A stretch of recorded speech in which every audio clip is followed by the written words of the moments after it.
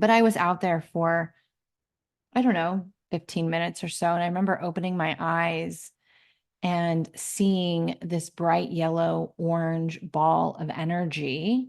It would kind of go back and forth between orange and yellow, moving towards me and getting bigger and bigger. And many of you know, from if you followed me for any length of time or if you've worked with me, you know that I see energy with my eyes open.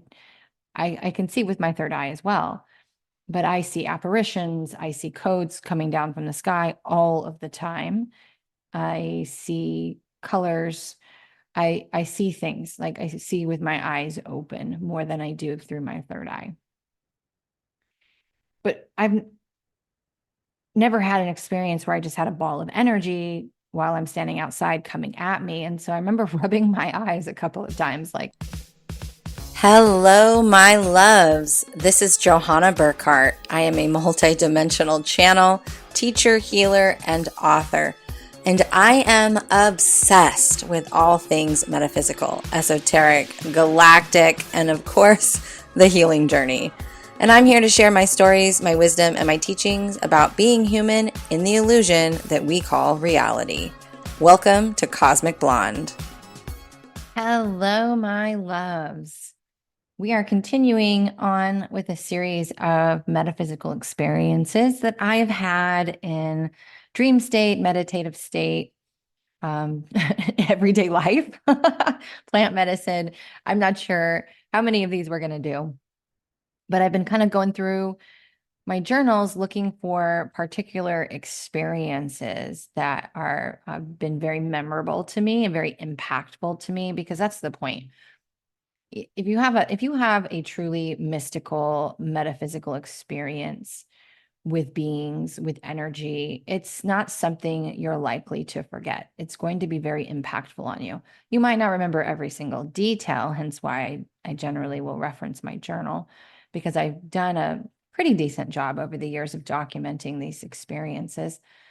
But you generally won't forget it. Like, they're meant to be super healing. And oftentimes people will have these experiences and think they're crazy, or that it wasn't real, or that it was just, their mind making things up. And I want to assure you, these things are very real. These experiences are very, especially when they're visceral, especially when you can feel it and it impacts you for many months and years to come. The thing I want to talk about today, there are two different experiences, but for whatever reason, I feel like they're somewhat connected. And they didn't happen extremely close together. One happened the day before my birthday on July 12th, 2018. And this was I believe it was a total solar eclipse, because the eclipse happened on my birthday, but we were already in the new moon solar eclipse energy on this experience. So anytime we're in, new moon energy, full moon energy, eclipse energy, equinox energy, things like that, those are very powerful times. There's a lot of power and a lot more energy that is streaming into the planet on these times. There's alignments, there's codes. And as somebody who is sensitive to energy in general, whether that come from food or the cosmos, I feel it. And through energy management, over the years, I have learned to not have so many intense ascension symptoms, but there was many years where they were very, very intense for me. So on this particular day, I had meditated and gone outside to really kind of earth and just be present, and just put my feet in the grass and let the sun just shine on my face and just be in nature. And this was not something that I generally did. I would sit on my back porch normally and in my screen room and, drink my coffee and just be very grounded, very present. But for whatever reason, on this particular day, I felt the need to put my feet in the grass. And I went and leaned up against the back fence.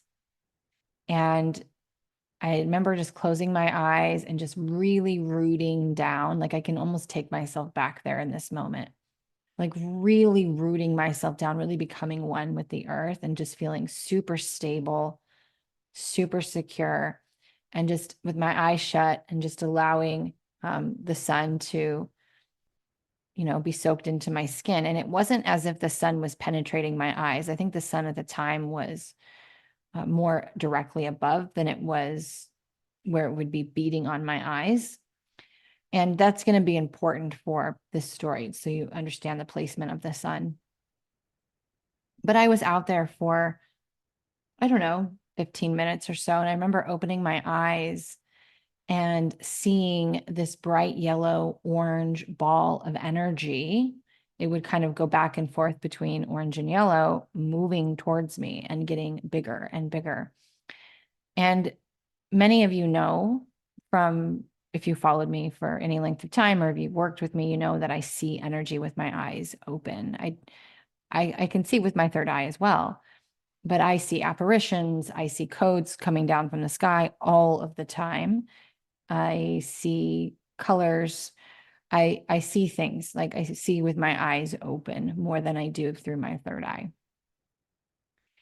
But I've never had an experience where I just had a ball of energy while I'm standing outside coming at me. And so I remember rubbing my eyes a couple of times, like, am I having a sunspot, or, is there something going on? And it didn't change. It kept coming towards me until it was pretty much this giant ball in front of me. And I could feel it in my solar plexus and my sacral. It's as if this energy was activating that energy inside of me. And it was very, very intense and very powerful. And it happened very quickly. But it was something that I knew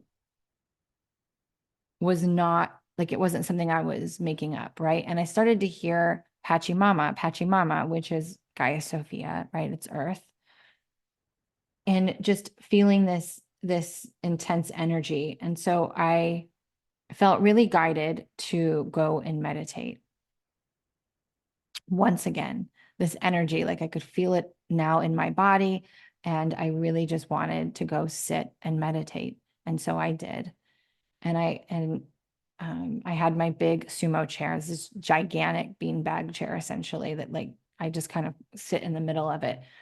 And I put on my noise canceling headphones and my eye mask, because I, again, went through a period of time where I meditated in sensory deprivation. Actually, I still do. So anyway,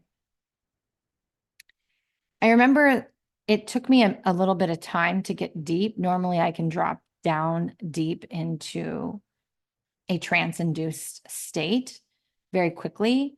And it took me a little longer than usual this time, but I did end up going pretty deep. And I remember, like, I was doing my process of taking myself down, and then the next thing you know, I'm in what appears to be Egypt.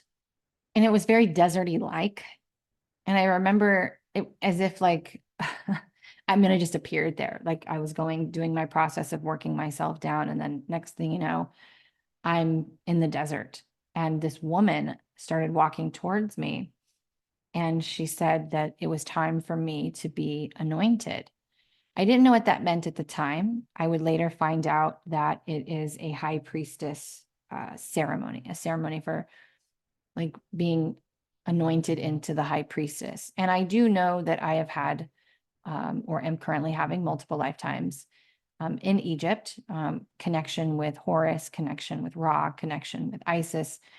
I have a lot of energy in me entwined in that time. And she took me on a journey. She said, we're going to go on a journey. And we went into this temple, which was inside of a pyramid.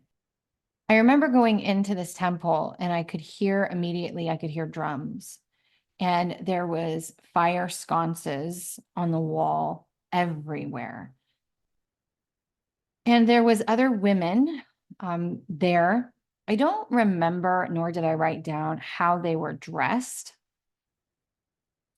but they all kind of looked similar in the way that they presented themselves. I do remember that.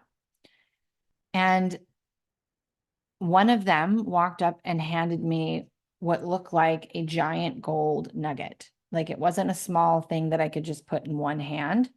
It was like this huge thing. And then they had me lay down on this platform or bed, but it almost looked like it was on a conveyor belt. It's the best way I could describe it. And they had me lay down. They put this golden nugget that they had handed me right over my heart. And then they crossed my arms over top of it. And ahead of me, laying down, was this big opening that looked like a pizza oven, where it's like a half sphere. And they placed me, and then I felt like I was being cocooned or wrapped. So it was like I was being completely wrapped, almost kind of like a mummy would be, but not like where they're wrapping individual arms and things like that. It was literally like my whole body was being wrapped in this energy. And then the platform that they had laid me on began to move. And I began to move into this opening. And I was literally going into the fire. I was going into the flames. As I got deeper in, I could feel my body temperature internally heating up. And this is why I say these experiences are real, especially when they're visceral in that way. And I could feel like my body temperature getting warm. And I felt like I was in the fire, in the thick of it, in the heat of it forever. It literally felt like time had stopped and I was just in there. I didn't feel like I was burning. I didn't feel any kind of pain or any type of discomfort, but I knew I was going through some type of activation, whatever this anointment, whatever this was, there was some type of alchemy taking place, that hence the fire, right? I knew it was something being alchemized. And when we alchemize energy, there's always a lag or a gap between the energetic and the physical. In 2024 and beyond, the gap is much smaller than it was, say, in 2018. So there would have been a lag time before I would have had some type of physical expression of that. So anyway, as I came out of this fire, as I was coming out of it, I noticed that I was unwrapped. I was no longer wrapped. And I remember feeling extremely light. My body had full-blown tingles from head to toe. I remember like looking at my body and seeing it sparkle, which I can actually still experience today in sunlight, because when your crystalline light body becomes online, where you are more crystalline than you are dense, you will actually be able to see sparkles, kind of like Edward from the Twilight movies, which I absolutely love. That's not here nor there. But I have actually met other channels that talk about this. So that was always good, because I remember when it first started happening, I thought I was a little nuts. Because some of these things, it's hard for your brain to wrap its mind around. But anyway, I was in this beautiful, gorgeous dress. And I remember just feeling so light, so expansive, so sparkly, so free. It was so healing. And I was helped up and I was brought under the crossing of the swords. So there was a bunch of people lined up. The swords were crisscrossed over, and I was walked through underneath the crossing of the swords. And I remember the drumming getting so loud. And it started on the left side of my head, moved into the center of my head, and then out the right side of my head, because you receive on the left and you release on the right. And so I remember it being like super, super intense. And I almost to the point to where like I felt like my internal eardrums were vibrating. Like I felt like I was vibrating. It was super, super intense. I remember looking at her and asking, what am I to do now? And the message that she gave me was walk in faith, walk in your divinity, allow your goddess energy to shine through. It is magnetizing, empowering, and loving. You are a bridge. And that experience was super, super intense. But I was also given this download to practice utilizing the serpent energy and seeing two serpents at the base of my spine and using my breath in meditation to move the serpent energy up my column of light, known as your spine. And so with every breath, I would pull the energy up to each chakra. And so there was a breath practice that they gave me while visualizing this energy of pulling that energy up my spine. And I remember the couple of days after this, doing this practice and getting the energy all the way up and seeing this huge green ball of energy just totally encompass my whole body, and just feeling this vibration moving up my spine and feeling like I had just unlocked a book of codes inside of me.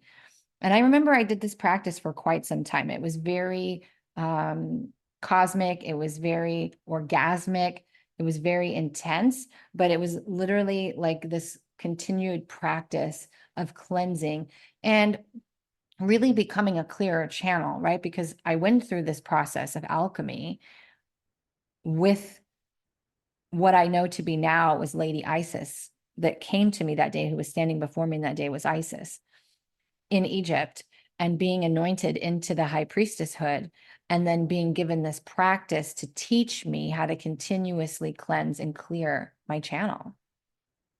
During this time, I was also working with, so 2017, 2018, 2019, those years were very intense for me because I spent a lot of that time working with a lot of the deities, a lot of the goddesses, but I was also working with a lot of galactic councils and races, including the seventh and ninth dimensional Pleiadians.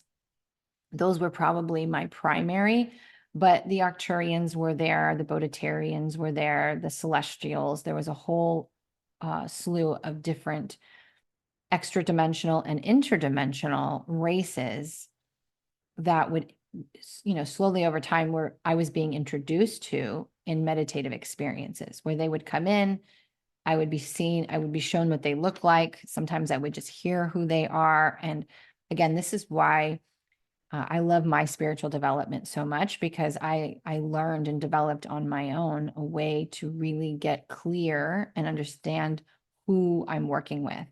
And this was really the groundwork for me stepping into my multidimensionality and realizing that a lot of these guides that I had were actually me in different realities, different time space realities.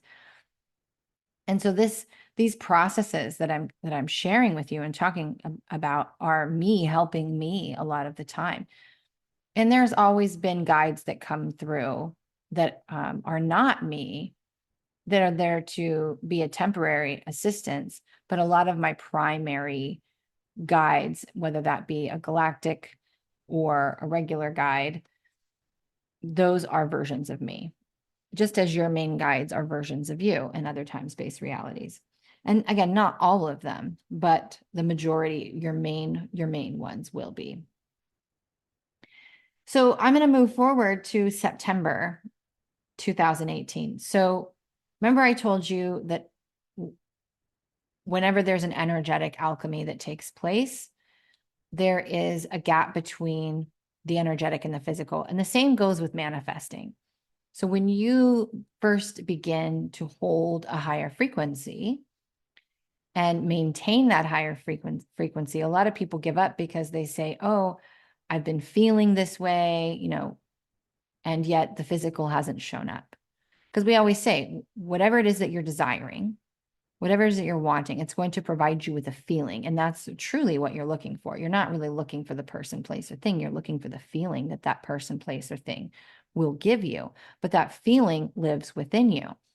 So to be the change, you have to embody that feeling, even when the physical thing isn't there. And a lot of times, like I said, people will give up. But the gap between the energetic and the physical in today, as we record this, is much shorter than it was in 2018. It was a much larger gap. But there is always a gap because this is still, we are still in a dense plane. And it takes a little bit longer for it to materialize, or what we call manifest.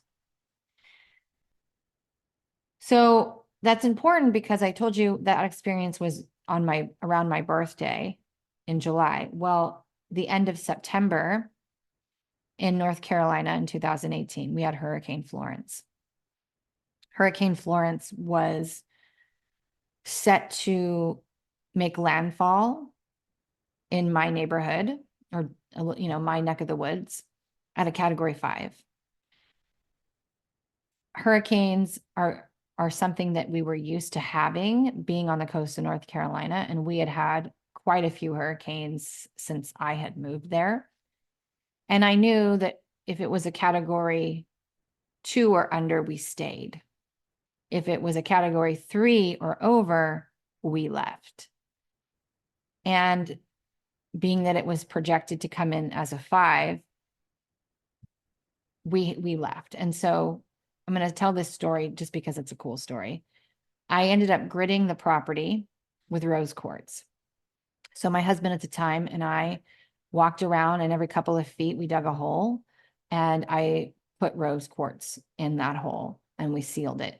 And I gridded the whole entire property, and I said a little prayer, and I put a sandstone Ganesh on the second step of our front porch. The water is literally across the street from our house. It's the Sound, so it's very shallow there. It's not like the Atlantic Ocean, big waves. It's not the beach.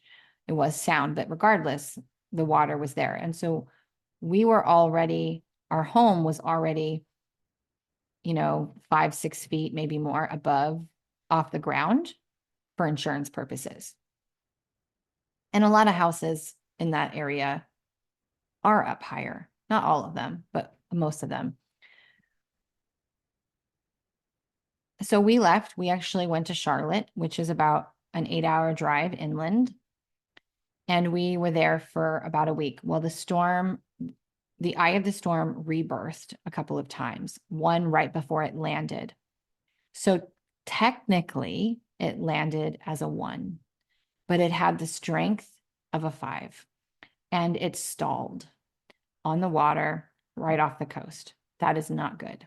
And it sat and spun for a few days.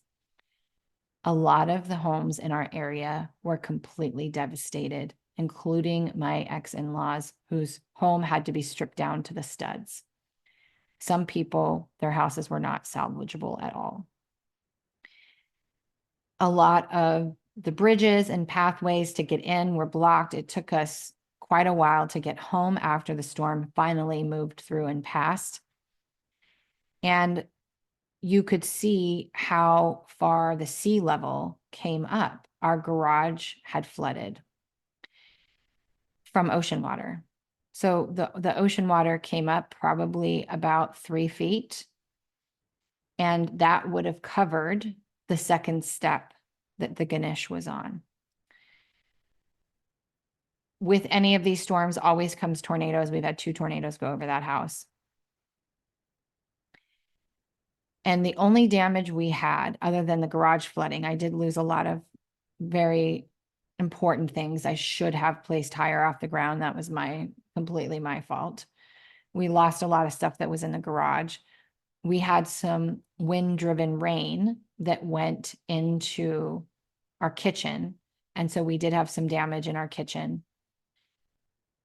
But the Ganesh was still there, and it didn't even look like it'd seen a drop of water. And the houses around us, there was a lot of houses around us that were just completely destroyed. A house across the field from us to this day is still, it's probably got Jumanji style trees growing inside of it now. And it's probably needs to be lit on fire because it's probably just so much black mold because it was completely destroyed. It needs to be completely torn down. So that just gives you context. And I believe it was because that house was gridded. And I get chills. Whew, just saying it. Anyway, I tell you this for context because it was a day or two after we had come back. No, it was about 2 days after because we came back and we had to use our generators because we didn't have power. We didn't have power for about a week, or internet for about a week after that while we were trying to go through all this stuff, and really help other people more than we needed ourselves because we were in pretty good shape other than cleaning out our fridge and, doing that kind of stuff. So anyway, the day in question, we had been working all day on going through boxes and going through stuff that had been covered in seawater for a couple of days. And we were tired. We were tired because we weren't sleeping well. It was hot. That is a very hot time of year in North Carolina. We had no air conditioning. We were like, again, we had one generator that had one fridge plugged in. We had to like rotate fans and things like that just to keep us going. And I remember I just needed to take a break. And so I walked in my office and I sat in my big old beanbag chair and I was getting ready to meditate. Ooh, I got chills already coming in. And I sat down and I looked up at my wall. I hadn't even put my headphones on. I didn't put my eye thing on. And there is this apparition of this woman, this goddess. She was so gorgeous. And she had this huge cobra headdress. And she just stood there and she stared at me. And I stared at her. And remember, they don't speak, right? Their lips don't move. They don't have feet. It's about telepathy. It's about being brought into the frequency that she was on.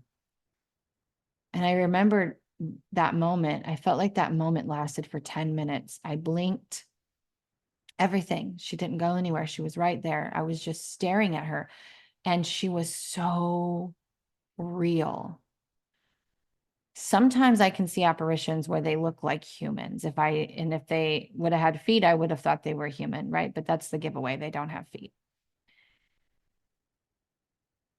I could see through her, but I could tell that she was an apparition, but it was still very vivid, very detailed. And it was one of those moments that you will just never forget. It was just this yellowish black cobra headdress, this woman in this gown. And I just sat there for, I couldn't even tell you how long I was sitting there just staring at her. It was as if there was some type of energetic exchange happening between us. So this woman was Goddess Wadjet. And so it's Wadjet.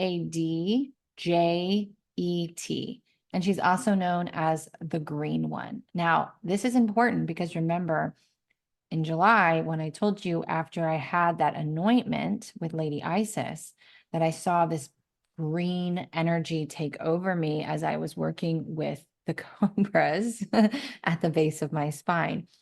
And then here we are months later, and this goddess with this cobra headdress is standing in front of me, and we're having this energetic exchange. And so Goddess Wadjet is known as the protector of Lower Egypt. She's also the protector of children, which I also find very interesting because not only at that time was I working on and putting out my children's book, Become Your Own Superhero, I generally work with inner children, right? So I am also a protective. I feel like I am a protective motherly energy as she was, and protective of children. But she was also the nurse to the infant at the time, god Horus, and helper to Isis, which was Horus's mother. So knowing that she is also known as the green one, she would later also be known as the Eye of Ra or the Eye of Horus. So these are just fun little facts about this goddess, this energy that really showed up for me during a time where everything, was kind of falling apart. Like we had just come through a very devastating experience. And let me tell you, the week leading up to that hurricane coming was worse than anything, because it's like knowing something's coming for you and there's nothing you can do about it, and it happens in slow motion. And then a week being away from your home, not knowing if your home is still standing, and then coming home and having to clean up the mess, right? So grateful that we had a home. But nevertheless, this was a very pivotal part of my life that I will never forget, a very traumatic experience. And so for her to show up, and for me to see her and to have this experience was something that is just etched in my brain forever. During this experience, I knew that within a couple of days that I was going to have another experience where I would be asked to lay down and put myself in a healing chamber. So as I mentioned, was working a lot with a lot of extra dimensionals, interdimensionals, different galactic races. And I was doing a lot of work in Pleiadian healing chambers. There's actually meditations on my YouTube channel of these, but a lot of them were done in like memberships that I had, and for people that were paid to work, paid working clients. This was probably a week later. I had put myself in a healing chamber and cocooned myself. And and I kind of knew what was coming. I knew that essentially I was going to be, metaphorically, if you will, swallowed whole by this snake. And it was a process of rebirthing. It's almost as if in my mind, I passed some kind of test. Like I had let go so deeply energetically in July of some things in that alchemy process. And then physically, I was now physically being asked to let go of a lot of things, including control and fear. And I felt like I had passed some type of test and was now going through a complete rebirthing. And so I remember laying down, and I remember the night that I knew it was going to happen, because it's not like they give you a schedule, but when you're intuitive, when you're doing this, having these experiences, you know.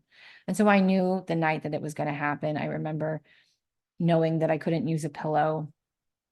I remember knowing that I had to, my spine, my back, everything had to be completely flat on the bed. And I don't sleep like that. I'm a side sleeper with pillows underneath my neck, between my legs, behind my back.